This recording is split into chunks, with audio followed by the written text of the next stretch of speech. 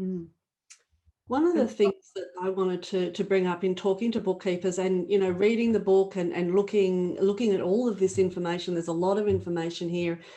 Bookkeepers will often go overwhelm, overwhelm, close down.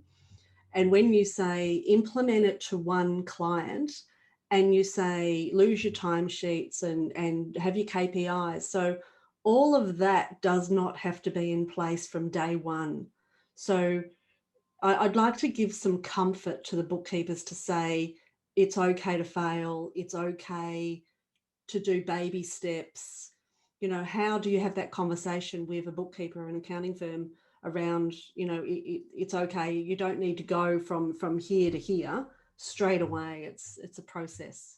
Right, right. And that's a really good point. And that's why, and I used to do this program for the it's now CPP in Canada, the Canadian Professional Bookkeepers, and it was the Black Swan program, and it was sponsored by Intuit and Sage, and I would take 5 or 6 bookkeepers, and they were various size firms. Some of them were solo, some of them had 12, 15 employees, and I worked with them one-on-one for 6 months. But we also had group calls like this, and we shared challenges, successes, and failures. And at the start, one of the first things I told them was, you have permission to fail. This is like, when we get a new software program, what happens to our performance? It dips, right? When we're trying to learn this new software program, word processor, accounting, but whatever it is, our performance dips. We're not going to be as effective, as efficient. But then as we get used to it and we get skilled at it, we do it more, we get more experience, we climb down that learning curve, then our performance actually goes up at a higher point than we were with the old software. But you've got to go through that dip. And I admit, it's not easy. A lot of people just, they do one fixed price agreement, like one of the questions in here, they have a really bad experience with it. And they say, that's it, I'm done, this doesn't work. It's just so much easier to go back to hourly. Well, that'd be like, Tiger Woods hitting a ball in the lake on the golf course and throwing down his bag and clubs and saying, this game's too hard, I'm done. Mm-hmm. You've got to go through that pain, because a lot of wisdom in pricing comes from regrets and mistakes. And if you take the time to study them, you'll get better. It's a skill. Pricing is a skill, like golf or tennis. The more you do it, the better you get. But realize you're going to make mistakes. But here's the thing with that. How many mistakes are you making now with the billable hour? It's not even calculable.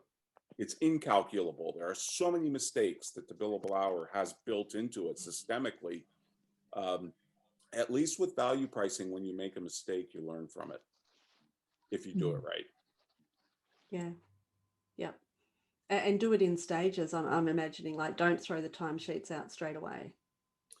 Yeah, this is another point of debate. I have to tell you, you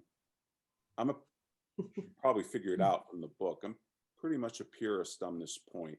And here's why. It's not just because I live in this ivory tower and I think these big thoughts and, I don't have to come down and work in the real world. If you talk to any firm, and I've talked to hundreds, thousands of firms that have made this transition completely. When I say the transition, I mean no billable hour, fixed pricing, everything up front, and no timesheets. When I talk to those firms and I say, if you had to do it all over again, what one thing would you do different? You know what almost all of them say? I'd say like 99% of them, what they say? Start soon. I would have gotten rid of the timesheets sooner. Yeah. That tells me empirically, evidence on the ground, I'm the mayor of Realville, I try and look what works, that you need to get rid of these up front. I got rid of them right away in my firm, never had any regrets. By getting rid of them, your focus changes from hours and inputs and efforts to outcomes, like Amar was talking about. It's where your mind goes when you get rid of them. When you give those up, you go to a new place. That new place is customer value, customer outcomes, transformations.